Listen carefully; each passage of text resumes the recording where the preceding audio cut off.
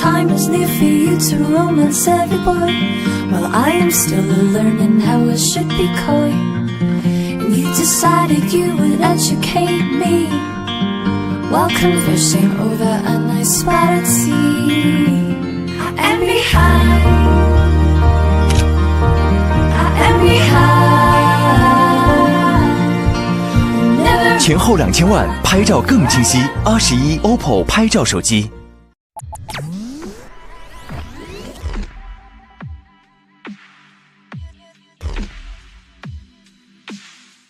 Hey guys, Ash here from C4E Tech, and today we have the Oppo R11 with us.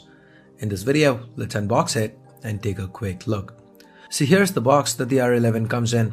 Opening it up, here's the R11 itself. Let's take it out, peel the plastic off.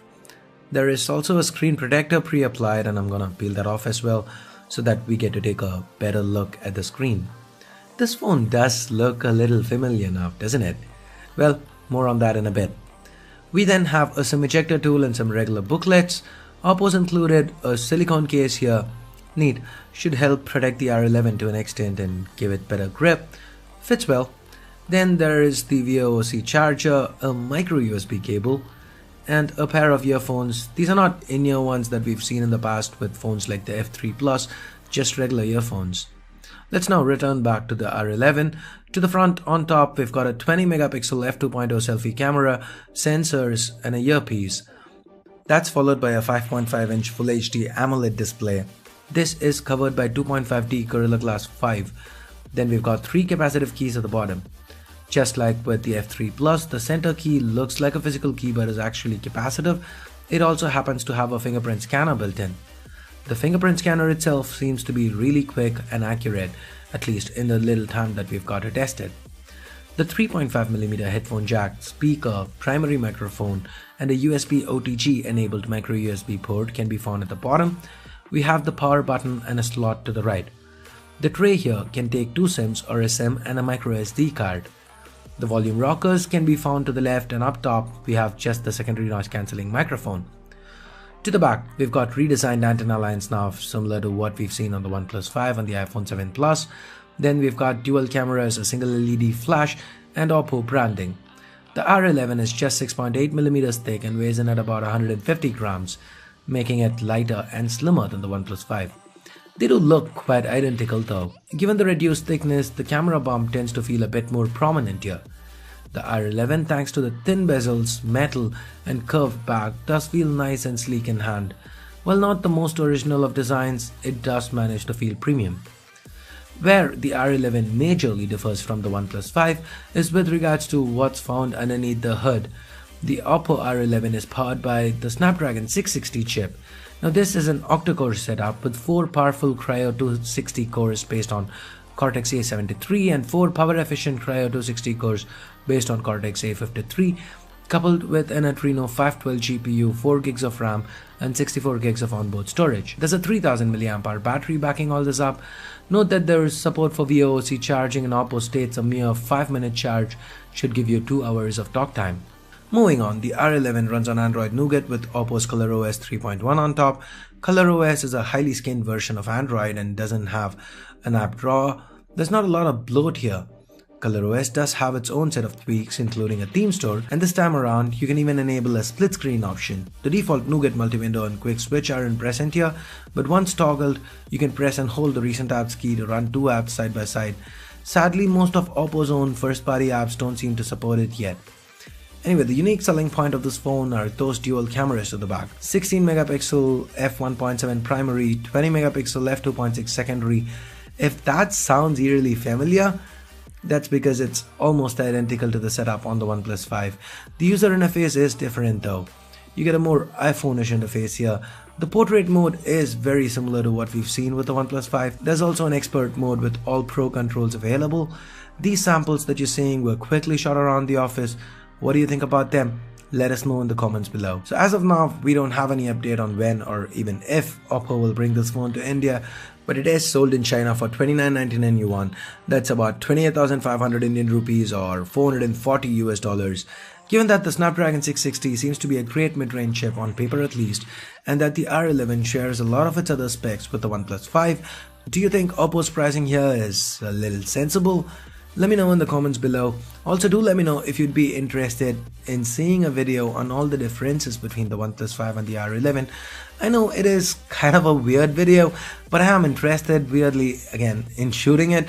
If you are to, let me know, I'll end up doing it. If you do want to pick an R11 up, I'll leave a direct link in the description below. Use that, helps the channel out. So that's it for this video. Give it a thumbs up if you liked it, vote it down if you didn't. And for more videos like this, including the full review, hit that subscribe button down below if you haven't already. If you've already subscribed, hit that bell icon to make sure you get notified each time a new video goes live here on C4eTech. So that's it for now. Thanks a lot for watching. This is Ash here from C4eTech, signing off till next time. You guys have a great day. Bye-bye. Outside of its native China, Oppo is known for making selfie smartphones like no other. The F1S, F3, and F3 Plus are all good examples. But there's more to Oppo than just being a selfie expert. Now the fourth largest smartphone vendor in the world, their new flagship smartphone hopes to make an even bigger mark. Hi, I'm Michael Josh, you're watching Gadget Match, and this is our Oppo R11 hands-on review. Earlier this month, we were in Shenzhen for the launch of the R11, Oppo's top-of-the-line smartphone. While China will get the phone first, it is expected to come to select international markets also.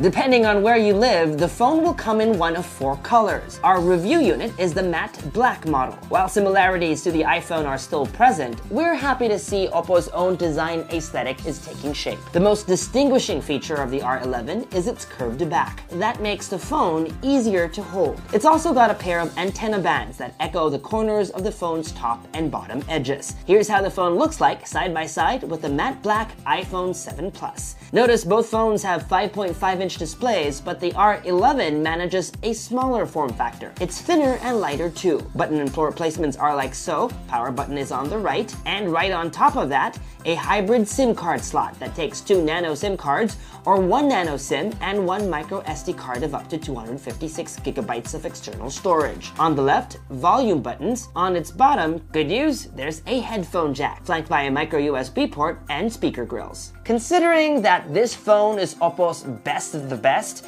we would have preferred to see USB Type-C on this phone instead. Up front, the phone has capacitive back and multitasking buttons, and a home button that's not really a button anymore. You can't actually press down on it, but it does take you back home when you tap it, giving off a subtle tactile vibration with every tap. The home pad doubles as an ultra-fast fingerprint sensor, one of the fastest in the biz. Of course, this phone's marquee feature is its dual main cameras. Let's take a closer look at what the camera can do. You can tap over here to go from 1x to 2x optical zoom, or you can tap and drag to go from 2x all the way to 10x digital zoom. Take a look at these sample photos. 1x, 2x. The second camera also allows you to take photos with a creamy bokeh effect. This bokeh effect is still achieved through camera software, but we find it much more improved when it comes to identifying the edges of a subject. Let's zoom into the strands of Issa's hair so you can get what we mean. Here are other sample photos taken using the phone's 20-megapixel main camera.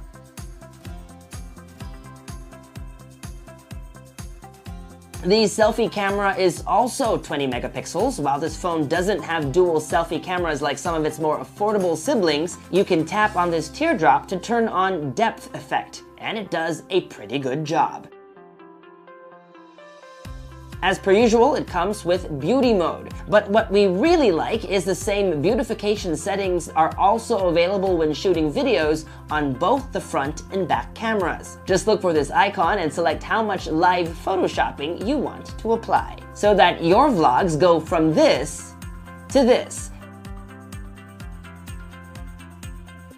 The R11 runs on Qualcomm's latest premium mid-range processor, the Snapdragon 660. That and its 4GB of memory gives it enough power to run your favorite games. 64GB of storage is built in. In our tests, the phone's 3000 mAh battery lasted us a solid 11 to 12 hours of average use. And with its bundled VOOC charger, the phone can go from 0 to 100% charge in 70 minutes. The R11 runs the latest version of ColorOS 3.1 over Android Nougat 7.1. There are some user interface changes. For example, the quick settings panel is now accessible by swiping up from the bottom of the display. Because our review unit was meant for China, there are also a host of China-specific security features. We're not yet sure if these customizations will make it to the international version. So, is the Oppo R11 your gadget match? If you can get your hands on the phone, then by all means get one if you're looking for a smartphone that is reasonably priced with a good camera. For now, the phone is only available in China for just under 3,000 Chinese yuan. That's about $440 US. If only this phone was water and dust resistant, then it would be hands down one of the best smartphones in its price point. We particularly love its new dual camera and the amazing portraits it captures. That said, the OnePlus 5 is also coming soon, and we hear that it will be similarly priced with even higher specs and will be more widely available. Last but not least, back in February at Mobile World Congress in Barcelona, Oppo teased its periscope camera technology that could achieve up to 5 times optical zoom. We hear that Oppo has an even better phone in the works, one with that technology, and that is definitely something we are equally excited about. And that was our Oppo R11 hands-on review. For more videos like this one, make sure to subscribe to our YouTube channel, like our Facebook page, follow Gadget Match on social media, and make GadgetMatch.com your daily habit. Until the next video, I'm Michael Josh. Thanks for dropping by.